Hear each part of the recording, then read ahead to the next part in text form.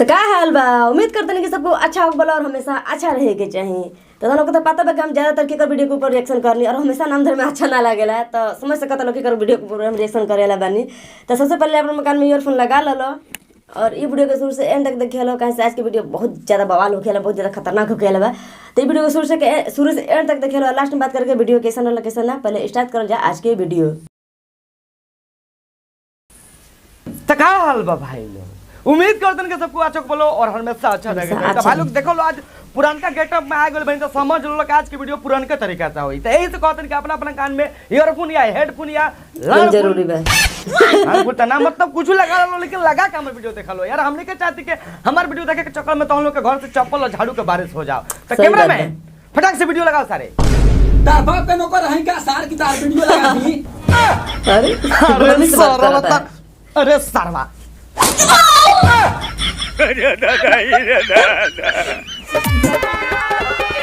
Music by Mantu मनी। अरे सारावा कहे हमार दिमागवा ठनकावा तरो सारे ना भाई लोग देखो लो। अगर ऑडियो गाना में डीजे भाई लौड़ा लहसुन अदरक प्याज धनिया करी माई के दो ई कुल अगर रहेला तो चलेला ठीक बा, लेकिन वीडियो के बीचों में म्यूजिक भाई मंटू मनीष झांट राम चौरसिया डालो जरूरी बावे ना सरवा। ऑडियो में चलो यार, वीडियो के बीचों में कहीं डाल सन। ए भैया जी तो हम लोग के जे भी हो कलो मंटू मनीष भाई लोग ये धमकी नहीं देती, ये रिक्वेस्ट करो तनी प्लीज यार वीडियो के बीच में नू डीजे भाई लड़वा लहसुन म्यूजिक भाई झांट के मोइल ई कुल मत डालो, अच्छा ना लगला यार। अच्छा देख लो तो भैया जी तू भौजी के ढोढ़ी पर रसगुल्ला धके खइबा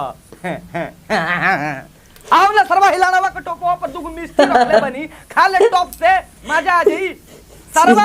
आज ढोढ़ी के ऊपर रसगुल्ला धके खात रहो काल कहियो के भौजी कुल के माधर खा भी व्यवस्था कर पहुंच दो कनी को कोनो भरोसा नहीं क्या हमरा भाईल बतो हर ढोढ़ी कराही। अच्छा तो तहरा पता बावे ना कि भौजी के जवन ढोढ़ी बावे तवन कराही जसन हो गेल बावे। तो एक सार एगो काम करो अपन जींसवा खोल दो आ अंडर बियरवा खोल दो आ भौजी के जवन ढोढ़ी कराही जसन का भइल बानू ओकरा पर जाके बैठ जा और जान तरह के सन का आवाज है जब ओकरा पर बैठबो त कैमरामैन तने आवाज सुना देता भैया जी के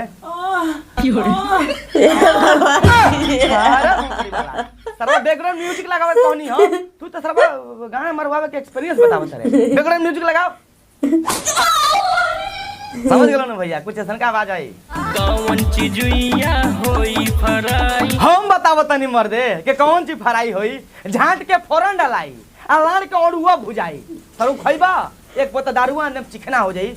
सारे ढोणी में कौन चीज फराई हुई सरवा भौजी से पूछा था। बारे सरवा भौजी के ना पता बाबे जोन फराई कोई तो ना कनु पता बा कौन चीज फराई हुई। साला ढोढ़िया में तेल डाल के पूरी छनाया राजा जी। अरे सारावा ये तो बहुत बड़ा बवंडर हो गई भाई लोग। और बताओ लो तो हम लोग के ढोढ़ी पर सरवा पूरी छनाता है और एकरा में कितना फायदा बताओ लोग बता देता नहीं। देखो एगो तो गैस ना लगी, दूसरा में लकड़ी कोई ना लगी, तीसरा में आगी धराव के ना पड़ी। तो एकरा से फायदा वाला और बढ़िया चीज कहीं हो सकता है। अच्छा ये कैमरामैन मान ले के पूरी ढोढ़ी में छना गई बाबे ना और अगर मांसो खाए का मन कर डालो तो वो कौन चीज बनी रे निचिला पर पूरी छनाया राजा जी।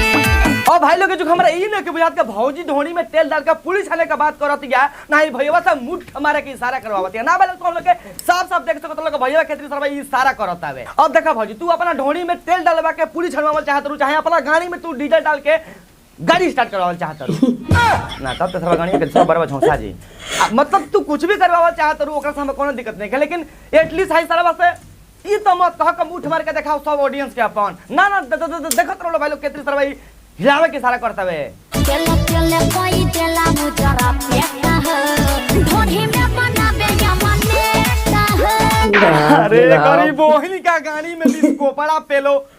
अरे कैमरामैन हम पागल हो जाम क्या रे इस सरवा पगला दियो सा हमरा कभी न भौजी कहत रहलू हो कि हमरा ढोनी में डीजल सॉरी मतलब तेल डाल के पूरी छाना अभी सर ऑमलेट के बने लागल हो। टेंशन मत ले भाई, को ये ढोनी में लाड़ के चोखा बना दिया सो। बिल्कुल तो सही कहले है कैमरामैन। इस तरह सन सच में ठीक है बोलता है। कोनो भरोसा नहीं के हमरा पहले कहत रहलिए सन के पूरी छाना तब अब कहत रहे से ऑमलेट बनावत आवे उ दिन बेसी दिन नहीं खेनु कि कहियो करे पहुंच सन गाना गा दियो सन के ढोनी में झांट के भुजिया फ्राई करत आवे ई गा दियो सन।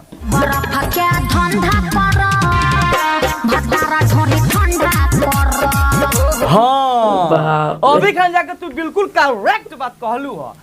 ठंडा तो करे के पड़ी ओकरा के हो साला मान लो लोग भाई लोग पहले साला ओकरा में पूरी छनाइल हवे ओकरा बाद ऑमलेट छनाइल हवे तो साला ढोनी गरम ना हुई तो कौन चीज हुई बताओ। ए भौजी वो काम करो मारा घड़िया फाटी तार पहुंच दो मतलब हमारा कहे का मतलब के देखो अगर जदि तारा ढोरी ठंडा करे पर तो बर्फ से काम ना हो जानत रू हमार लगे एगो स्पम नाम के लिक्विड बावे कहबू तो दू ठप चुआ दे वहीं पर लगे लगे ठंडा जाई। अरे छोड़ी धक्का मारा भतारा ढोड़ी हम फट जाई है। देखो अरे बाप रे उ तो सच हमर में पता पागल नहीं कर कि दिया भैया एकदम तारा का माथा मार बता ढोनी रहे छितराई के ना छितराई लेकिन जब हम मार देम नु तो तारे बहिन दो जंगा हगल पर ढेला मल्ला पर छितराला नु एकदम मोहित छितरा जेबू तब भाई लोग आज के बच्चों यहीं खत्म करते हैं। आई होप कि तुम लोग वीडियो देख आज का अच्छा लगा वीडियो देख अच्छा लगा तो वीडियो को लाइक कर दियो वीडियो को डिसलाइक भी कर सकते रहो।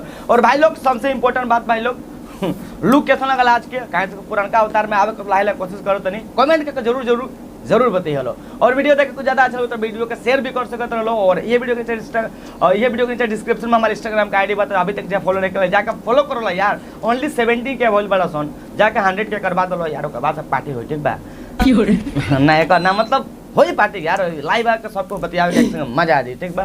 तो मिले जी नेक्स्ट वीडियो में तब तक के लिए बाय। तो फाइनली हमारा आज की वीडियो खत्म हो गई और ये वीडियो देख के हमारा बहुत मजा आया और बहुत हंसी बोला था का बताई का गाना आनता लो तन देर पहले देखने जाए ढोड़ी के ऊपर गाना और फिर देखते हैं कि ढोड़ी में पूड़ी छाना ढोड़ी में चोखा बनाओ ढोड़ी में का रखल बा ढोड़ी में का रखल बा कमेंट करके बताओ जरूर जल्दी बताओ हमारा के हमारे कुछ समझ में नहीं किया बात साला भोजपुरी में जो भी लिया होता कुछ ऐसा गाना लिया उनको सुन के मजा आई सबके साथ में बैठ के अपन घर परिवार बैठ के सुन सकता देख सकता लेकिन ये लोग ऐसा गाना बनाओ होता कि ना आदमी साथ में बैठ के सुन सकता ना साथ में बैठ के सुन सकता का बताई तो लोग कोशिश कर लो कि अच्छा गाना बनाओ लोग कि हमने को देख के अच्छा लगो। चलो लो क्या कहीं हम तो लोग समझा तो पागल हो गए बनी जाए पूरा पागल कर दो लोग। तो चलो आज की वीडियो देखे तो लोग कैसा लगा कैसा ना कमेंट करके जरूर बताइए और वीडियो देख कुछ ज़्यादा अच्छा लगे तो वीडियो को लाइक कर दिया और अच्छा ना लगा तो डिसलाइक भी कर सकता है। मिले जगह नए वीडियो में तब तक के लिए बाय बाय।